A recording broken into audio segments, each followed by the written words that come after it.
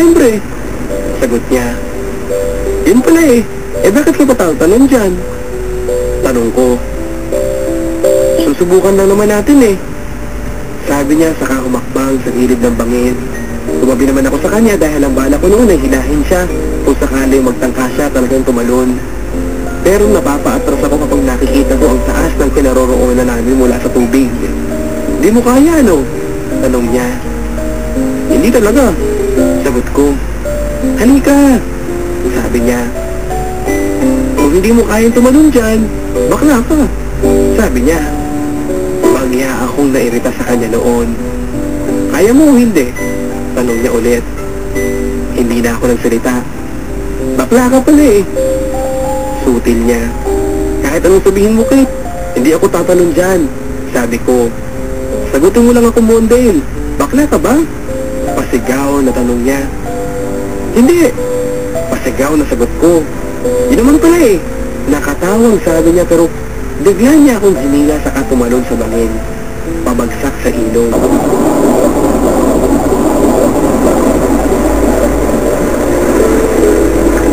Sobra ang takot ko noon to the extent na hindi na ako nakasigaw. Bumagsak kami sa tubig.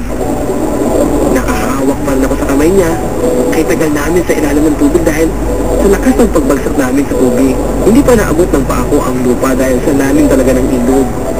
Hinila ako nigit pataas at sobra ang takot ko noong malapit na akong maubusan ng hilinga pero hindi pa rin namin maabot ang ibabaw ng tubig. Nagluwag lang ang dibdib ko noong sa wakas ay makakaho na kami. Noon akong humugot ng maraming hangin. Tumatawa pa rin si Kate noon habang nagpapalutang kami sa ibabaw ng tubig.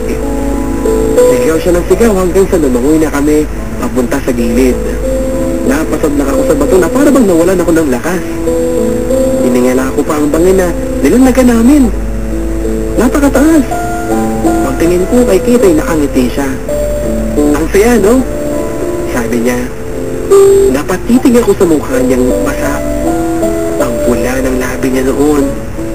Napangiti ako dahil parang tay sarap tingnan ng mukha niya. Oo, ang saya. Sagot ko habang nakatitig pa rin ako sa kanya, sa kanyang magandang mukha. Beautiful girl, wherever you are. Mula noon papadudot ay kinakasabigan ko na ang bawat summer na dumarating. Kapag nami-miss ko si Kate, sinusuot ko ang bracelet na bigay niya sa akin kahit alam ko na pumabae yun. Pasko parang may nag-iipon ako ng pera. Para kung sakaling hindi darating si Lola, para sunduin ako ay ako mismo ang uuwi sa kanila para makasama ko si Kate. At mamasyal na naman kaming dalawa sa gubat. Taon-taon namin ginagawa yun ni Kate. Nakakasama na rin sina Totong at Joko. Kaya lalo pang masaya ang pamamasyal namin sa gubat. Noong high school na kami, lalo pang gumanda si Kate. Pero tomboy pa rin. Pero para sa akin ay siya ang pinakamagandang tomboy. Kahit kasi tomboy siya, ay mahaba ang buhok niya at laging maayos. Summer of 1984, 15 anyos na kami pareho ni Kate noon. Katatapos lang namin ng second year high school, dalawa lang kaming nagpunta sa gubat dahil ayaw sumama nila Totong. Pero tumuloy pa rin kami. Gaya ng dati, naligo kami sa batis. Nag-igdayon kami sa puno ng bayabas. Nanguha ng mga prutas at natutulog kami sa ibabaw ng malaking bato sa gilid ng batis. Madaling makatulog si Kate sa pagpagod. Ako naman, gustong-gusto ko siyang pinagmamasdan kapag tulog na siya. Ang ganda kasi ng mukha niya. Kaya lang nung pagkakataong yun ay hindi ko lang siya basta pinagmasdan, kundi natukso kong hagkan siya sa kanyang magpulang labi. Dinampian ko lang siya. Hindi siya nagising. Pero parang hindi ako nakontento. Sa dampi lang, kaya inulit ko ulit. Gusto ko kasi matikman talaga ang labi niya, kaya medyo tinagalan ko pa. Nagising siya at kay bilis ng kamay niya sa pagsapok sa mukha ko. Hindi lang yun. Tinadyakan pa niya ako sa kaminura. Pagkatapos nung natulog ulit siya pero itinakip niya ang sombrero niya sa mukha niya. Bala ko pa siyang kulit-kulitin. ko ang sombrero saka ako halikan ulit, pero baka maghalik na siya. Kaya hinayaan ko na lang. Natulog na rin akong nakangiti dahil pawang sariwa pa sa damdamin ko ang ninakaw kong halik kay Kate. Ang lambot ng bibig niya ay sarap halikan. Sandal mo sana at tulong mo sa una.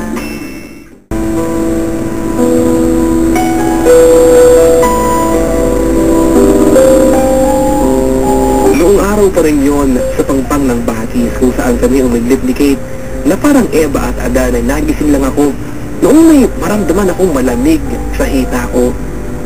Akala ko noon ay hinahawakan ako ni Kate kaya hinayaan ko lang.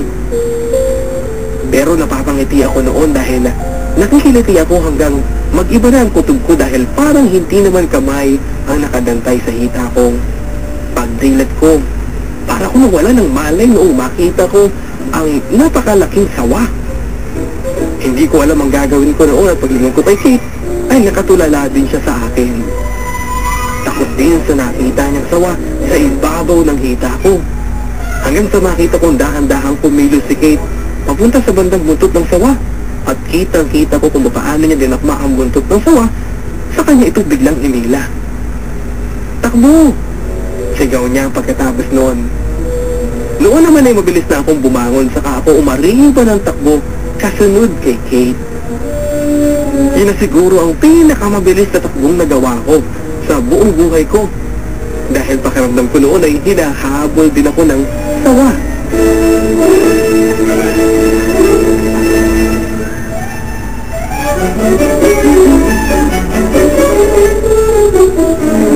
Isa yun sa mga pinaka-unforgettable na summer namin together ni Kate.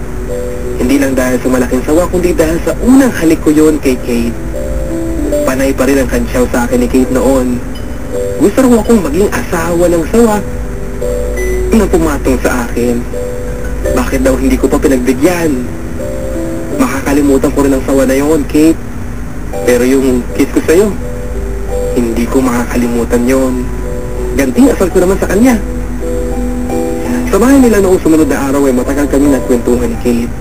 Hanggang sa mapagkwentuhan namin ng mama niya ay napaluha siya. Matagal pa na niyang itinatago sa akin na nami-miss na niya ang mama niya. Tuwing kinakanta niya ang paboritong songs ng mama niya ay damang-damang daw niya ang presence ng mama niya. Noon nga ay pinatugtog ni Kate sa kanilang stereo ang long-playing album na paborito ng mama niya.